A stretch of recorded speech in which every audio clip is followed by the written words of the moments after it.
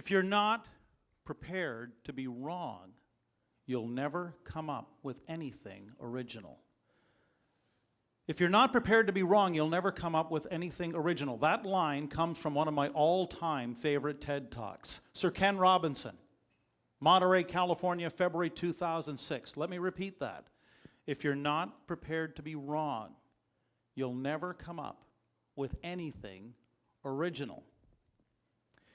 You know, TED Talk fans all over the world know that this is the global platform where the best and the brightest showcase and spread their ideas. People like Sir Ken Robinson, people like Stephen Hawking, Bill Gates, Sir Richard Branson, best-selling authors and thought leaders like Simon Sinek, Elizabeth Gilbert, Malcolm Gladwell.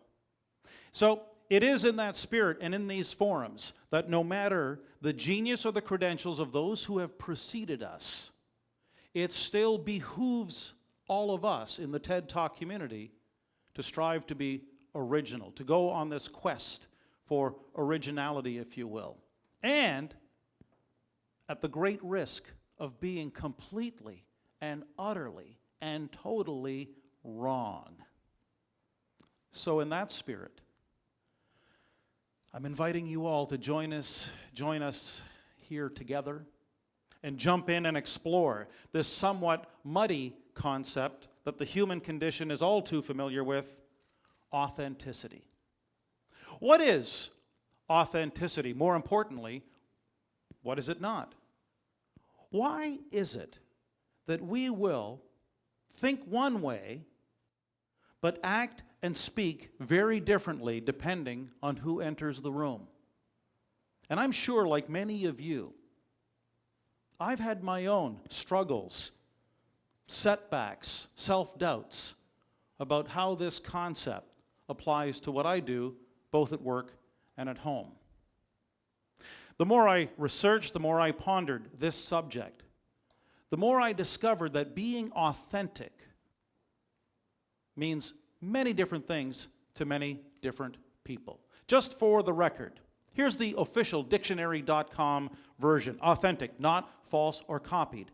Genuine, real. Now, that leaves a lot of room for interpretation. So I conducted an online survey of about 256 people, and here were just some of the comments we got back. Be your own person. What you see is what you get.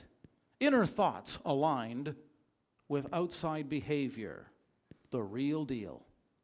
And on the list goes 256 people with 256 different interpretations. But with respect, I think there are two people of this planet who probably carry more weight than most of us, than any of us, when it comes to weighing in on this subject. Two people, even though they are separated by more than 4 centuries of time. 1602, Sir William Shakespeare. And the bard whips out his quill and waxes poetic on the parchment in Hamlet. This above all, to thine own self be true. And it must follow as the night the day, thou canst not then be false to any man. To thine own self be true. In other words, be true to yourself. Few would argue more than 4 centuries later the validity of that statement. Be true to yourself. Or, in the language, the 21st century language of political correctness, be authentic. Or, in the 21st century language of hip-hop, keep it real, dog.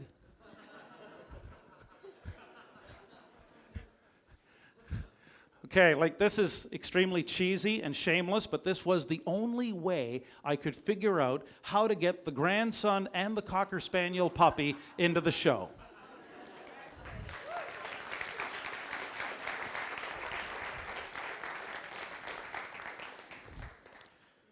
Now, keeping it real. How does that apply in like everyday real life, especially when we're confronted with the truly deep questions and dilemmas that many of us will face Men in particular can relate every time they are asked, does this dress make me look fat?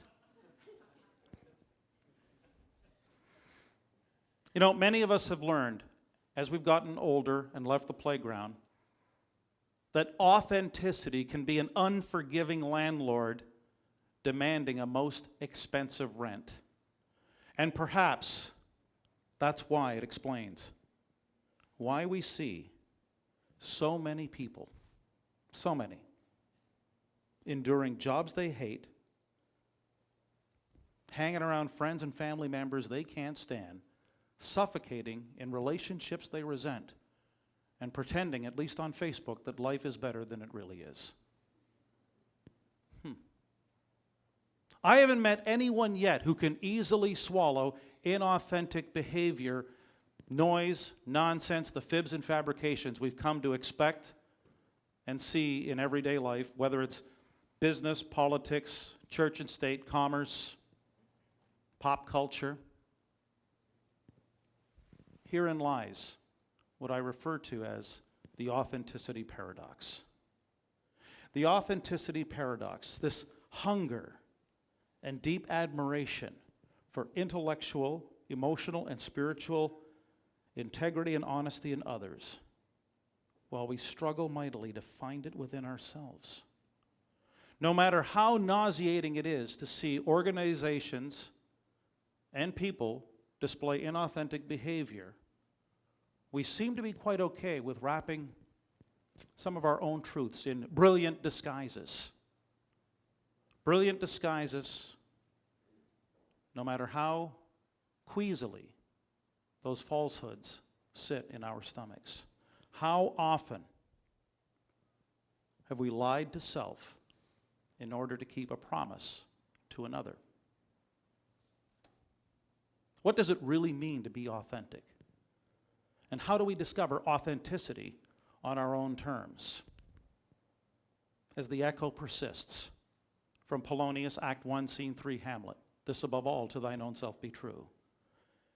Exit Shakespeare and enter into this debate from the University of Houston, Dr. Brene Brown. Her TEDx talk from June of 2010 has rocketed through the TED Talkosphere, if you will. And what she's done is through intensive research and data, she has laid the clinical foundation on how vulnerability is the key building block for authenticity. In her study of what she calls wholehearted people, Dr. Brene Brown has discovered that they fully embraced vulnerability. What made them vulnerable made them beautiful. You know, if this was headline news, Dr. Brown's TED Talk on vulnerability could be summarized as follows: lose mask, get real. But the problem is, by nature, we are risk-averse creatures. It may be intellectually enlightening to be real, but dropping the mask will carry enormous risks of pain, embarrassment, anxiety. Let's face it, no one wants to feel exposed, perceived as weak, helpless, or needy. Being vulnerable is also a leading cause of TMI, which leads to OSD. TMI, too much information, and oversharing disease. Or as one man confided in Dr. Brown, his wife and daughters would rather see him die on the white horse than fall off of it. Because especially as men, when we reach out and become vulnerable, well, we get the living snot beat out of us. So given these stakes, how do we drop the facade? How do we experience deeper connection with others?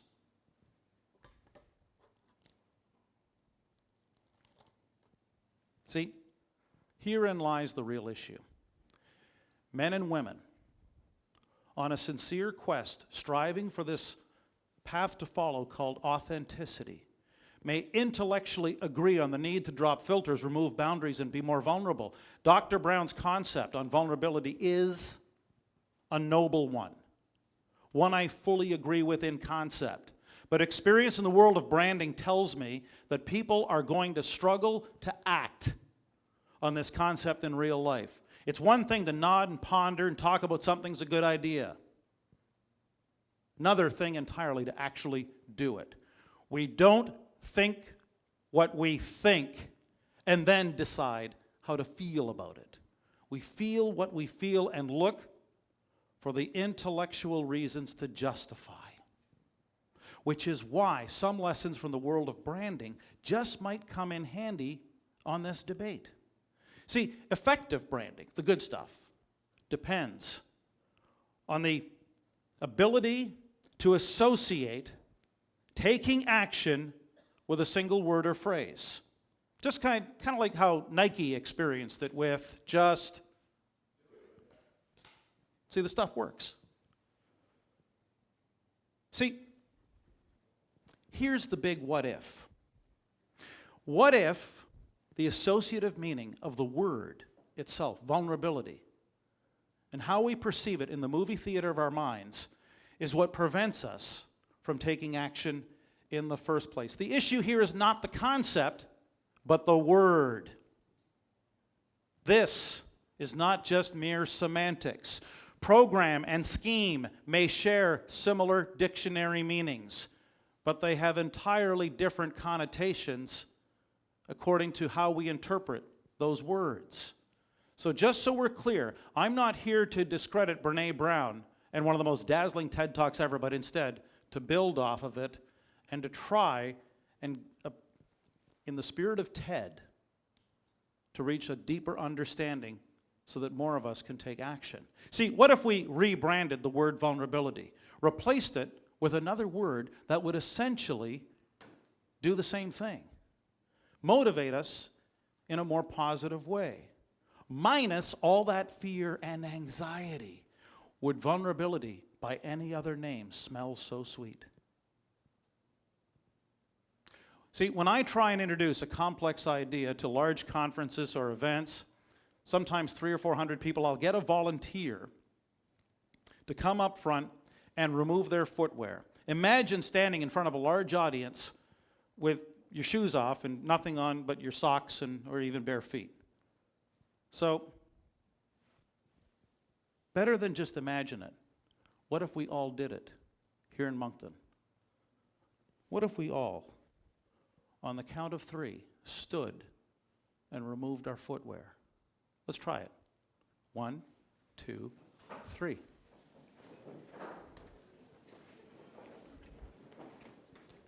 You see, the shoe removal metaphor is used to symbolize what it takes to learn anything new, to truly absorb a new idea.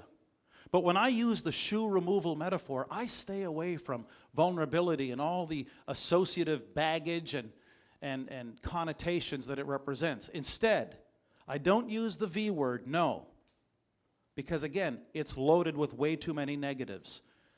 See, the shoe removal metaphor is symbolic of another, and I would argue, more powerful thought. And that word is humility.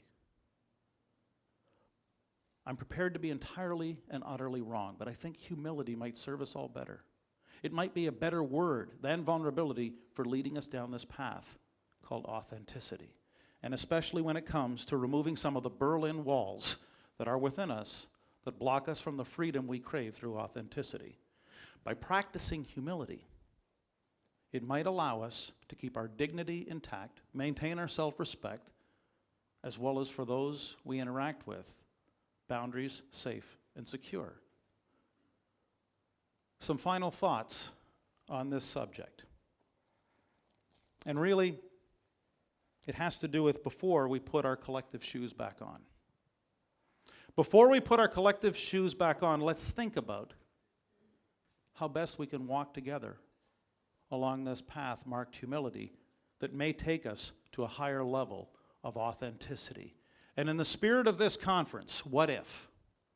What if Real strength comes to any family, company, community, or tribe. Not from the sheer numbers of people, but from the sheer numbers of people with real strength. And how much more of that strength becomes real when it's constructed on a foundation of authenticity. So it is with humility and respect for you as an audience, I ask you to consider this final request. You don't need any more stories, data, research, intellectualizing, or philosophizing. What ritual based on humility could you adopt daily so your small actions multiply into a force for greater good? And on that note, one more small favor. I ask you not to applaud the presenter of this idea on humility, but instead applaud the timeless insights of the Bard, Dr. Brene Brown, and yourselves as being part of the TEDx community for having the willingness to display humility, for the work you're about to perform, the courage to follow this path, and to truly help generate even more ideas that spread.